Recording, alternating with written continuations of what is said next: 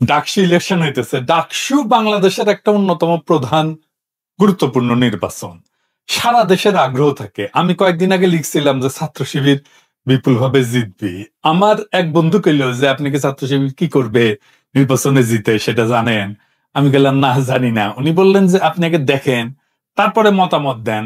তো আমি আমার এক ক্ষুদ্র ভ্রাতা বললাম যে এই ছাত্র সংগঠনগুলো নির্বাচনী ইস্তেহার যা যা দিছে সেটা কম্পাইল করে দাও। সে অনেক খাটাখাটনি করে আমারে বলল যে ছাত্র সংসদের ইস্তেহার আছে আর অন্যদের ইস্তেহার হয় নাই। মানে আমি যখন এই এপিসোড রেকর্ড করতেছি তখন পর্যন্ত এই ইস্তেহার গুলো ওইভাবে আসে নাই। তখন কইলাম প্যানেলগুলোর ভিপি ক্যান্ডিডেট কি কি কইছে সেটা একটু কম্পাইল করে দাও। তো দিল। আসেন আমরা সেইগুলো একটু দেখে আসি। যেমন ধরেন আছে পূর্ণ স্বায়ত্তশাসন প্রতিষ্ঠা, আবাসনের নিশ্চয়তা, ভর্তির সংখ্যা যৌক্তিক করা, এক মানুষ এক সিট এক টেবিলে নীতি বাস্তবায়ন করা, অবকাঠামো উন্নয়ন, নতুন হল নির্মাণ, ক্যাম্পাসে ছাত্র শিক্ষক রাজনীতির সংস্কার, শিক্ষক নিয়োগের সংস্কার, ক্যাম্পাসে সর্বোচ্চ নিরাপত্তা নিশ্চিতকরণ, বিশ্ববিদ্যালয়ে হারানো জমি পুনরুদ্ধার, 600 একর জমি নাকি হারাইছে, স্বনির্ভর প্রশাসন প্রতিষ্ঠা, ক্যান্টিন মেস দোকানের মান উন্নয়ন, শিক্ষা গবেষণায় বাজেট বৃদ্ধি। তো ছাত্র দলের যে ভিপি ক্যান্ডিডেট আবিদুর রহমান খান সে বলছে যে ছাত্রদল ইশতেহারে অবকাঠামোগত সমস্যাকে প্রাধান্য রাখছে। কার্জন হল, মোতার হোসেন ভবন, মোকারম ভবন, ক্যান্টিন সহ বহু সমস্যা বছরের পর বছর ঝুলে আছে। বিজ্ঞান এবং ব্যবসায় শিক্ষা অনুষদের শিক্ষার্থীরা ল্যাব, ক্লাস, ক্যান্টিন সংকটে ভুগছে। এসব সমাধানে ছাত্রদল নাকি বদ্ধপরিকর এবং প্রতিশ্রুতিবদ্ধ। এছাড়া আছে গণরুম, গেস্ট রুম, কালচার নিধন, তারপরে ক্যান্টিনে ফাউখা রীতি টানা, শিক্ষার্থীদের পড়াশোনা গবেষণা দেশপ্রেমিক হিসেবে গড়ে তোলার জন্য সহযোগিতা করবে ছাত্রদল। পরিপূর্ণ আবাসন ব্যবস্থা নিশ্চিত করা হবে। ছাত্র শিবিরের ডাকসু নির্বাচনে বিপি প্রার্থী সাদিক কায়েম ইশতেহারের মূল বিষয় নিয়ে বলছে যে শতবর্ষ পূর্ণ হইলে ঢাকা বিশ্ববিদ্যালয়ে এখনো শতভাগ আবাসন নিশ্চিত হয়নি। নির্বাচিত হলে ধাপে ধাপে প্রত্যেকটা শিক্ষার্থীর জন্য আসন নিশ্চিত করা হবে। নারী শিক্ষার্থীদের জন্য নিরাপত্তা জোরদার, লাউঞ্জ, অনাবাসিক শিক্ষার্থীদের প্রবেশের ব্যবস্থা, তারপরে ক্যান্টিন, হাইজিন সুবিধা উন্নত করা, রাত্রের জরুরি চিকিৎসা এবং নারী বিশেষজ্ঞ ডাক্তারের নিয়োগ, নারী শিক্ষার্থীদের জন্য ডে কেয়ার সেন্টার, সংখ্যালঘু শিক্ষার্থীদের অধিকার রক্ষায় প্রশাসনের সঙ্গে যৌথ উদ্যোগ। অধিকার বলতে কি বুঝাইতেছে তা বুঝলাম না। যাই হোক, আব্দুল কাদের এই যে বাকসাসের যে ডাকসু ক্যান্ডিডেট কাদের ইশতেহারের মূল বিষয় নিয়ে বলছে যে আমাদের স্লোগান হবে ওয়ান স্টুডেন্ট ওয়ান সিট। আমরা শতভাগ আবাসন নিশ্চিত করব, গণরুম, গেস্ট রুম প্রথা চিরতরে বন্ধ করব। তো এই এপিসোড হইতে হইতে আরেকজন দিছে তন্নি, আমি ওই প্রসঙ্গে পরে আসবো। ওইটা বেশ সে খুব ভালো লিখছে, এটা আমাদের প্রশংসা করতেই হবে। আমি ওই প্রসঙ্গে পরে আসতেছি। যাই হোক, আরো অন্যরা দিতে পারে, তবে আমার আলোচনাটা একটা জেনারেল আলোচনা। ঢাকা বিশ্ববিদ্যালয়ের ভবিষ্যৎ ছাত্র নেতৃত্বের কাছে প্রত্যাশা হিসাবে আমি নিজেও ছাত্র সংসদে ছিলাম, জিএস হিসাবে রাজশাহী মেডিকেল কলেজে ইলেকশন করছি, বিপুল ভোটে জিতছিলাম। যাই হোক, যদিও বিশ্ববিদ্যালয় না, তবু আমার সেই অভিজ্ঞতা তো আজকে আমি শেয়ার করতেই পারি। এই ডাকসু নির্বাচন এখনো পর্যন্ত জাতীয়ভাবে গুরুত্বপূর্ণ কিছুর কথা বলে নাই। তাই দেখতেছেন যে ডাকসু নির্বাচন নিয়ে জনগণের আগ্রহের কারণ ক্রমাগত কমতেছে। আসেন আগে দেখে নেই ছাত্র সংগঠনগুলোর দাবির দুর্বলতা নিয়ে। যে দাবিগুলো আমি কথা বললাম এগুলো জেনারেলি জাতীয় ইস্যুর সাথে, এমনকি বৃহত্তর ছাত্রদের ইস্যুর সাথে যুক্ত না। শুরু করি ছাত্র শিবির দিয়াই, কারণ ওদের সমালোচনা করলে ওরা নির্বোধের মতো ঝাঁপায় পড়ে না সমালোচনাকারীদের উপর। আবার অনেকে বলেন আমি শিবিরের সমালোচনা করি না, তো সমালোচনা কোটাটা পূরণ করে নি। সাদিক কায়েম বলছে যে রাতের জরুরি চিকিৎসা এবং নারী বিশেষজ্ঞ ডাক্তার নিয়োগ। সাদিক কায়েম, এটা কেন বললা তুমি? এটা একটা অবান্তর এবং ফালতু দাবি। ঢাকা বিশ্ববিদ্যালয়ের বাউন্ডারি যেখানে শেষ হয়েছে তার সাথে বাংলাদেশের সেরা 3টে হাসপাতাল, PG, BIRDEM, Dhaka medical college. Dhaka medical কলেজের ছাত্র আর ছাত্রীদের যে হোস্টেল, ওইটা থেকে ঢাকা মেডিকেল কলেজের জরুরি বিভাগের যে দূরত্ব, তার চাইতে ঢাকা বিশ্ববিদ্যালয়ের অনেক ছাত্র হলের দূরত্ব কম। তাহলে কেন আলাদা করে বিশ্ববিদ্যালয়ের মধ্যে জরুরি সেবা লাগবে, বিশেষজ্ঞ চিকিৎসক লাগবে? এটা ফালতু দাবি না? ঢাকা বিশ্ববিদ্যালয়ের নিজস্ব চিকিৎসা সুবিধা আছে কিনা জানি না, থাকলে 3টে হাসপাতালের সাথে চুক্তি করা উচিত ছাত্রছাত্রীদের চিকিৎসার জন্য। ডাকসুর দাবি তোলা উচিত সকল মেডিকেল কলেজ হাসপাতালে সম্ভব হইলে আলাদা ছাত্র ওয়ার্ড রাখো। সেখানে কলেজ বিশ্ববিদ্যালয়ের ছাত্রছাত্রীদের নিখরচে চিকিৎসা দেওয়া হবে, উন্নত মানের খাবার দেওয়া হবে, বিশেষ পরিচ্ছন্নতা নিশ্চিত করা হবে। আবাসনের জন্য একই কথা, প্রত্যেক শিক্ষা প্রতিষ্ঠানের জন্য আলাদা আবাসনের ব্যবস্থা, এটা করা সম্ভব না। দরকার হইতেছে ছাত্রছাত্রীদের জন্য আলাদা টাউনশিপ, আলাদা কমন আবাসিক এলাকা গড়ে তোলা। যেখানে সব শিক্ষা প্রতিষ্ঠান থেকে ছাত্রছাত্রীরা থাকবে, সেখান থেকে গণপরিবহনে যেন ছাত্ররা আসতে পারে কলেজ বিশ্ববিদ্যালয়ে, সে ব্যবস্থা করতে হবে যেন ওগুলো মেট্রো স্টেশনের আশেপাশে হয়। আমার শিক্ষা প্রতিষ্ঠানের মধ্যে আবাসন থাকতে হবে, এটা কোনো প্র্যাকটিক্যাল সমাধান না। প্যারিসের সরবনে যেটি আমি পড়েছি 55,000 ছাত্রছাত্রী পড়ে, নিজস্ব আবাসন নাই। ঢাকা বিশ্ববিদ্যালয়ে 40,000 ছাত্রছাত্রী নিয়ে হিমশিম খায়। তবে এটা সরকারকে করতে হবে, যে ছাত্রদের জন্য টাউনশিপ, সকল ছাত্রদের আবাসনের ব্যবস্থা করা সরকারের কাজ। কাজটা খুব এফিসিয়েন্টলি করা যায়, নন প্রফিট বেসিসে করা যায়। আর এইটা নিয়ে ডাকসুর কিছু করার নাই। মানে ধরেন ঢাকা বিশ্ববিদ্যালয়ের টাকা নাই, সরকারের টাকা নাই, ডাকসু চিল্লাইলে হয়ে যাবে আবাসন সমস্যার সমাধান, কোনোদিন হবে না।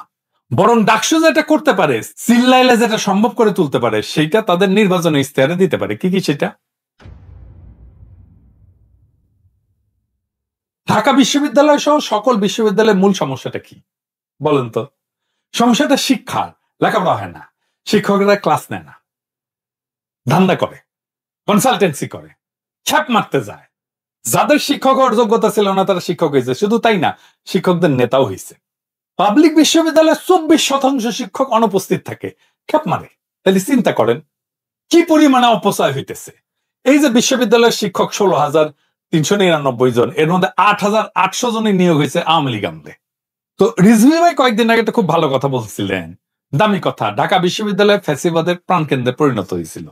বণিক বার্তা একটা খুব ইন্টারেস্টিং রিপোর্ট হয়েছিল, শিরোনাম ছিল ফ্যাসিবাদী কাঠামো তৈরিতে মুখ্য ভূমিকায় ছিলেন ঢাকা বিশ্ববিদ্যালয়ের শিক্ষক এবং সাবেক শিক্ষার্থীরা। লিখতেছে যে 2009 থেকে 2017 সাল পর্যন্ত দায়িত্ব পালন করেন তিনি, মানে ওই যে আরেফিন। তার সময় ঢাকা বিশ্ববিদ্যালয়ের শিক্ষক নিয়োগের দলীয়করণ সহ ব্যাপক অনিয়মের অভিযোগ ওঠে। শিক্ষাগত যোগ্যতা শিথিল, ন্যূনতম যোগ্যতা পূরণ না করে শতাধিক শিক্ষককে নিয়োগ প্রদান করা হয়। বেশ কয়েকটা বিভাগে নিয়োগ বিজ্ঞপ্তি প্রকাশ না করে পদের অতিরিক্ত সংখ্যক শিক্ষক নিয়োগ করা হয়। এইগুলা খুঁজে বের করতে হবে এরা কারা। এছাড়া বলতেছে যে এর আগে ঢাকা বিশ্ববিদ্যালয়ের শিক্ষক নিয়োগের ক্ষেত্রে মেধা তালিকায় স্থান পাওয়া শিক্ষার্থীরা গুরুত্ব পেলেও তার মেয়াদকালে মেধা তালিকায় থাকা শিক্ষার্থীদের বাদ দিয়ে ছাত্রলীগের পদধারীদের নিয়োগ দেওয়ার অভিযোগ ওঠে। এরা কারা এটা খুঁজে বের করতে হবে না? এরাই ক্লাস নিত না, এরাই ধান্দাবাজি করে বেড়াতো। তার মানে হাসিনার ফ্যাসিবাদের মূল মস্তিষ্ক ছিল ঢাকা বিশ্ববিদ্যালয়। সেইখানে যদি ফ্যাসিবাদ বিরোধী ছাত্ররা নির্বাচন করে, তাদের মূল রাজনৈতিক প্রতিশ্রুতি কি হওয়া উচিত? খুবই সিম্পল, বলেন কি হওয়া উচিত? ঢাকা বিশ্ববিদ্যালয়কে ফ্যাসিবাদ মুক্ত করা। কারো কর্মসূচি দেখছেন এটা নিয়ে? নাই, কারো কাছে নাই এই কর্মসূচি যে ঢাকা বিশ্ববিদ্যালয়ে যারা ফ্যাসিবাদের দোষর ছিল তাদের আইডেন্টিফাই করা হবে এবং তাদেরকে বিশ্ববিদ্যালয় থেকে খেদানো হবে। অযোগ্য ছাত্রলীগ থেকে নিয়োগ পাওয়া শিক্ষক কারা তাদের আইডেন্টিফাই করা হবে এবং তাদের পাছায় লাথি দিয়ে বের করে দেওয়া হবে। তারপরে আর কখনো যেন অযোগ্যরা শিক্ষক হইতে না পারে সে ব্যবস্থা করতে হবে। সেটা ওই ডাকসু নির্বাচনের স্তরেই হইতে পারে। কি সেইটা? বিশ্ববিদ্যালয়ের শিক্ষকদের মূল্যায়নে ছাত্রদের কোনো ভূমিকা নাই, শিক্ষকদের মূল্যায়নে ছাত্রদের ভূমিকা থাকতে হবে। তাইলে শিক্ষকরা ছাত্রদের উপরে অনৈতিক চাপ প্রয়োগ করতে পারবে না, আবার অযোগ্যরা শিক্ষক হিসেবে চাকরি পাবে না। গবেষণা তহবিল বাড়ানোর কথা বলছে অনেক প্যানেলে। গবেষণা তহবিল কার আনার কথা? অধ্যাপকের আর তার টিমের, তাই না? ঢাকা বিশ্ববিদ্যালয়ে গবেষণা তহবিল করে চিল্লায়। এদিকে দেখেন ব্র্যাক ইউনিভার্সিটি, বিশেষ করে James P Grant school of public health এবং centre for climate change and environmental research আন্তর্জাতিক গবেষণা প্রকল্পে সক্রিয় প্রচুর ফান্ড পায় তারা, ব্র্যাক ইউনিভার্সিটি, আর ঢাকা বিশ্ববিদ্যালয় পায় না। এই যে সানজিদ আহমেদ তন্নি, আমরা তো সবাই চিনি, আমরা খুব পছন্দ করি তাকে। তন্নি খুব চমৎকার একটা ইস্তেহার দিছে। আমি এটা নিয়ে ডিটেলে যাব না, ভালো ইস্তেহার দিছে। যদিও সে বলছে যে গবেষণার বরাদ্দ বাড়াইতে হবে। তবে এইখানে একটা গুরুত্বপূর্ণ কথা বলছে সে, যে বিশ্ববিদ্যালয়ের আইডি ব্যবহার করে এলসেভায়ার, স্প্রিঙ্গার, নেজার, ওয়াইলি, টেইলার এবং ফ্রান্সিস, তারপর সেই স্টেজ জেস্টার, স্কুপাস, এই সমস্ততে ডেটাবেজে অ্যাক্সেস সহজলভ্য করা। এই জায়গাটা একটু বলে রাখি যে এখানে ডিওআই দিয়ে সার্চ দিলে 95% আর্টিকেল ডাউনলোড করা যাবে, ফুল আর্টিকেল। অনেক ব্যয় সাশ্রয়ী সিস্টেম আছে যদি সত্যি আমি আর্টিকেল চাই। তবে যেটা দরকার তন্নির ইয়েতে নাই, সেটা হচ্ছে ঢাকা বিশ্ববিদ্যালয়ের টার্নিটিন দরকার। এটা এমন একটা মেশিন যে কেউ কোথাও কিছু লিখেছে কিনা সেটা মুহূর্তে ধরে ফেলা যায়, মানে কেউ চুরি করে গবেষণা কাজ করলো কিনা। এটা ছাড়া কিন্তু গবেষণা হয় না। 2021 সালে ইউজিসি এটা কেনার সিদ্ধান্ত নিয়েছে, আজও পর্যন্ত এটা কেনা হয় নাই। দেখে অনেক কিছু করা হয়েছে, এটা কেনা হয় না। গবেষণায় যে কি পরিমাণে চৌর্যবৃত্তি হয় তার কোনো হিসাব নাই বাংলাদেশে। ফুকন লেখা থেকে চুরি করে রিসার্চ পেপার লিখেছিল, আবার সাদেক আলিমের বিরুদ্ধে অভিযোগ আছে চৌর্যবৃত্তি। বাহাউদ্দিনের বিরুদ্ধে গবেষণা চৌর্যবৃত্তির অভিযোগ আছে। মোবাশ্বের মোমেনের বিরুদ্ধে আছে। কতগুলা কব আর। এমনকি ডক্টর ঈশানী চক্রবর্তী এবং জোবায়দা নাসরিন এই কাজ করেছে। জোবায়দা নাসরিন তো বড় বড় বাক্য ঝাড়ে, তাও চৌর্যবৃত্তি করেছে। চিন্তা করেন, সেকুলার তো তাই সব জায়গা থেকে চুরি করতে করতে অভ্যাস হয়ে গেছে। 2022 সালে ফার্মেসি ডিপার্টমেন্টের আবুল কালাম লুৎফুল কবিরের পিএইচডি ডিগ্রি বাতিল করা হয়েছিল চৌর্যবৃত্তির অভিযোগ প্রমাণিত হয়। ইসলামের ইতিহাস সংস্কৃতি বিভাগের 2 শিক্ষকের ডক্টরেট ডিগ্রি বাতিল হয়েছে। ঢাকা সঙ্গীত বিভাগের অধ্যাপক মহসিনা আক্তার খানমের ছিল নজরুল সঙ্গীতের রাগের ব্যবহার, এটাও চৌর্যবৃত্তি করে করা। তারপরে জাতীয় শিক্ষা ব্যবস্থাপনা একাডেমি নাইমের সাবেক মহাপরিচালক অধ্যাপক ইফফাতারা নার্গিসের এই অভিযোগের মাধ্যমে জানা যায় যে তার থিসিসের যে গ্রন্থরূপ সেখানে 280 পৃষ্ঠার মধ্যে 169 পৃষ্ঠায় তার লেখা না। তারপরে 2013 সালে রাষ্ট্রবিজ্ঞানের প্রভাষক মোহাম্মদ নুরউদ্দিনের পিএইচডি ডিগ্রি প্রত্যাহার করছে ঢাকা বিশ্ববিদ্যালয় কর্তৃপক্ষ এই চৌর্যবৃত্তির কারণে। আবার ফার্সি ভাষা এবং সাহিত্য বিভাগের চেয়ারম্যান অধ্যাপক ডক্টর মোহাম্মদ বাহাউদ্দিনের বিরুদ্ধে এমফিল পিএইচডি চৌর্যবৃত্তির অভিযোগ করছিল 2020 সালে। ঢাকা বিশ্ববিদ্যালয় ফ্যাসিবাদ মুক্ত না হলে বাংলাদেশ থেকে ফ্যাসিবাদ মুক্ত করতে পারবেন না। আওয়ামী বামেরা ঢাকা বিশ্ববিদ্যালয়কে রক্ষা করছে যেন ঢাকা বিশ্ববিদ্যালয় মাদ্রাসা ব্যাকগ্রাউন্ড থেকে কেউ না আসতে পারে, ইসলামপন্থীরা যেন না ঢুকতে পারে, নন সেকুলার নন প্রগতিশীল কেউ যেন ঢুকতে না পারে, শিক্ষকতা করতে না পারে। এমনকি সলিমুল্লাহ খানের এখানে চাকরি হয়নি। এভাবেই সে তার তালুকদারি রক্ষা করছে।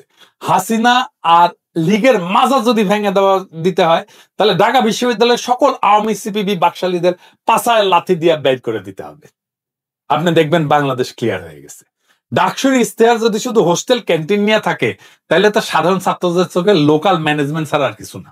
কিন্তু যদি ফ্যাসিবাদ বিরোধী শিক্ষা সংস্কার, গবেষণা সততা এবং জাতীয় ইস্যুকে সংযুক্ত করে তাহলে ডাকসু আবারও জাতীয় রাজনীতির বিকল্প কেন্দ্র হয়ে উঠতে পারে। এবং যেই প্যানেল এইটা নেবে, এই কর্মসূচি নেবে, এই ইশতেহার নেবে, সেই প্যানেলই জিতবে, আমি লিখে দিতে পারি আজকে।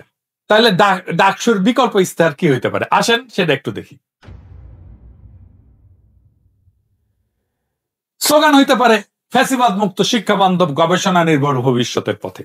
ফ্যাসিবিরোধী এজেন্ডা কি হইতে পারে? ঢাকা বিশ্ববিদ্যালয়কে ফ্যাসিবাদের প্রাণকেন্দ্র থেকে মুক্ত করা, অযোগ্যভাবে নিয়োগ পদ, দলীয় শিক্ষক এবং কর্মচারীদের তালিকা প্রকাশ এবং অপসারণ, অতীতে গেস্টরুম সহিংস রাজনীতির সাথে জড়িতদের ব্ল্যাকলিস্ট তৈরি করা, শাস্তি দেওয়া, প্রয়োজনে তাদের ডিগ্রি বাতিল করা এবং ওয়েবসাইটে স্থায়ীভাবে তাদের নাম থাকবে।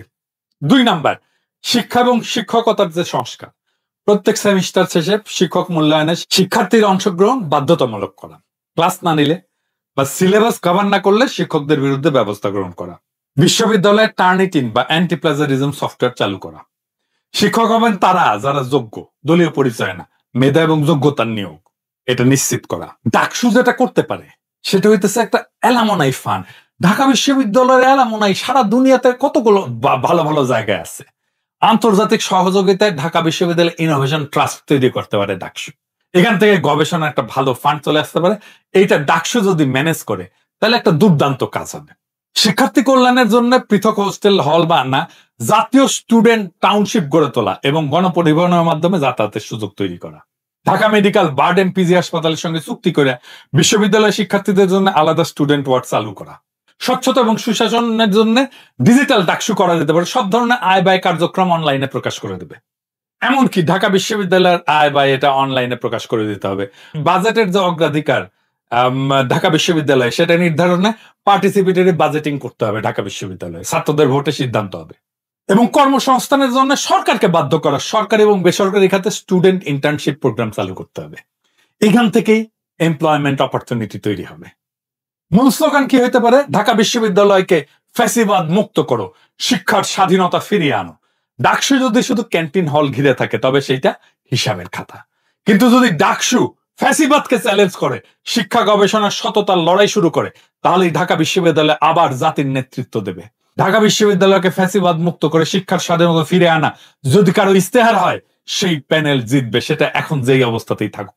এই কয়দিনের মধ্যেই তারা দেখবেন ঢাকা বিশ্ববিদ্যালয়ের ছাত্রদের সবার সাপোর্ট, সমর্থন এটা নিয়ে আসতে পারবে। এই ডাকসু দাঁড়াইতে পারলে বাংলাদেশ দাঁড়াবে। এই ইশতেহারের ভিত্তিতে ডাকসু দাঁড়াইতে পারলে বাংলাদেশ দাঁড়ায় যাবে। না হলে ইতিহাসের আর্কাইভে থেকে যাবে শুধু এক হারানো সম্ভাবনা। এখন সিদ্ধান্ত ছাত্রদের হাতে, সিদ্ধান্ত সমস্ত ছাত্র সংগঠনের হাতে, সমস্ত প্যানেলের হাতে। তারা কি এই ইস্তেহার নেবে? আর ছাত্ররা তারা কি শুধু আসনের জন্য ভোট দেবে, নাকি একটা মুক্ত ভবিষ্যতের জন্য ভোট দেবে?